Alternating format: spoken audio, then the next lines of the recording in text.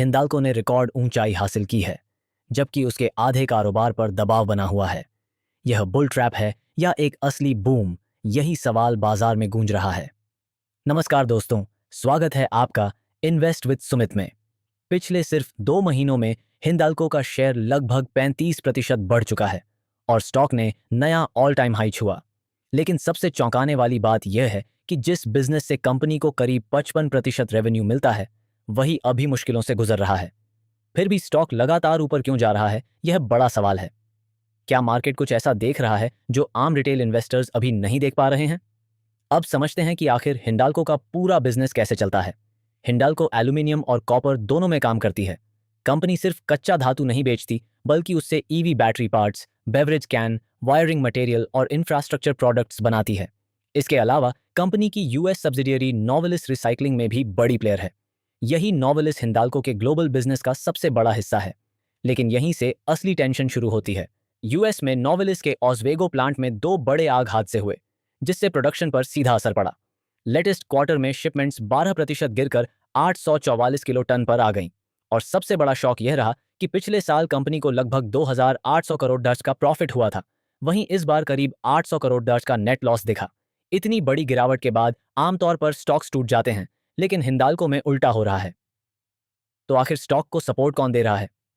जब US business दबाव में था, तब इंडिया बिजनेस चुपचाप कंपनी का ग्रोथ इंजन बन गया।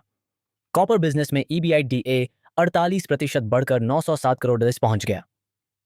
इंफ्रास्ट्रक्चर डिमांड, पावर प्रोजेक्ट्स और इलेक्ट्रिकल इक्विपमेंट की मांग इसका मुख्य कारण मानी जा रही है। वहीं एल्यूमिनियम बिजनेस का ऑपरेटिंग प्रॉफिट भी बढ़कर 5,448 करोड़ पहुंच गया। सबसे खास बात, ऑपरेटिंग मार्जिन 48% तक पहुंच गया, जिसे वर्ल्ड क्लास माना जा रहा है। ईवीज, रिन्यूएबल एनर्जी, इलेक्ट्रॉनिक्स और इंफ्रास्ट्रक्चर सेक्टर्स की मांग हिंडाल्को को मजबूत सपोर्ट दे रही है।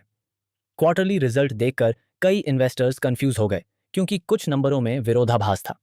कंपनी का रेवेन्यू 20% बढ़कर रिकॉर्ड 17,000 करोड़ पहुंचा, पर नेट प्रॉफिट 51% गिर गया।